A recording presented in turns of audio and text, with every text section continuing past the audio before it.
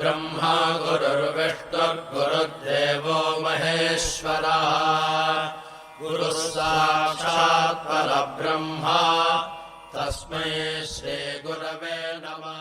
1960കളിൽ പുട്ടപർത്തിയിലേക്കുള്ള യാത്ര വളരെ ദുഷ്കരമായിരുന്നു. കാരണം ഭക്തർക്ക് ബുക്കപട്ടണം മുതൽ പുട്ടപർത്തി വരെയുള്ള 3 മൈൽ ദൂരം നടക്കണമായിരുന്നു. മഴക്കാലത്ത് ഇത് ക്ഷീണിപ്പിക്കുന്നതും ഏറ്റവും ബുദ്ധിമുട്ട് നിറഞ്ഞതുമായിരുന്നു. ചില ആളുകൾ ആശ്രമത്തിലെത്താൻ ഒരു വണ്ടി വാടകയ്ക്കെടുക്കുമായിരുന്നു. ഒരവസരത്തിൽ സ്വാമി ഏതാനും സ്ത്രീപുരുഷ ഡോക്ടർമാരെ, അവരിൽ പലരും ശസ്ത്രക്രിയാ വിദഗ്ധർ, ഇന്റർവ്യൂ റൂമിലേക്കല്ല ഓപ്പറേഷൻ തിയേറ്ററിലേക്ക് വിളിപ്പിച്ച് പെപ്റ്റിക് അൾസർ ബാധിച്ച ഒരു രോഗിക്ക് ചുറ്റും നിൽക്കാൻ ആവശ്യപ്പെട്ടു. തുടർന്ന് കുറച്ച് ഡോക്ടർമാരെ അവരുടെ യോഗ്യതകളോടെ പേരെടുത്ത് വിളിച്ച് അങ്ങനെ തന്റെ സർവ്വജ്ഞാനം തെളിയിച്ചുകൊണ്ട് അവിടുന്ന് അവരോട് ചോദിച്ചു, ഗ്യാസ്ട്രോജെജിനോസ്റ്റോമി നടത്താൻ നിങ്ങൾക്ക് എത്ര സമയമെടുക്കും?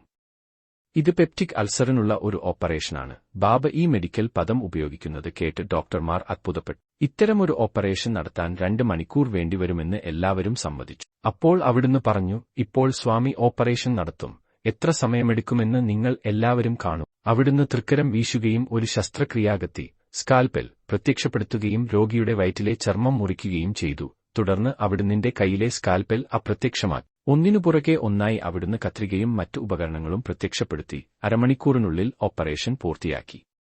ഡോക്ടർമാർ വളരെ അതിശയിച്ചുപോയി. പ്രിയപ്പെട്ട സ്വാമിയിലുള്ള അവരുടെ വിശ്വാസം ഊട്ടിയുറപ്പിക്കാൻ സഹായിച്ച ഈ പ്രകടനത്തിന് സാക്ഷ്യം വഹിച്ചതിൽ അവർക്ക് വളരെയധികം സന്തോഷവുമുണ്ടായി. എല്ലാ ഡോക്ടർമാർക്കും ഇതൊരു പാഠവും പരോക്ഷമായി അനുഗ്രഹവുമായിരുന്നു. കടപ്പാട്, ഡോക്ടർ ജെ ഗാധിയെ എഴുതിയ സായി സ്മരൺ.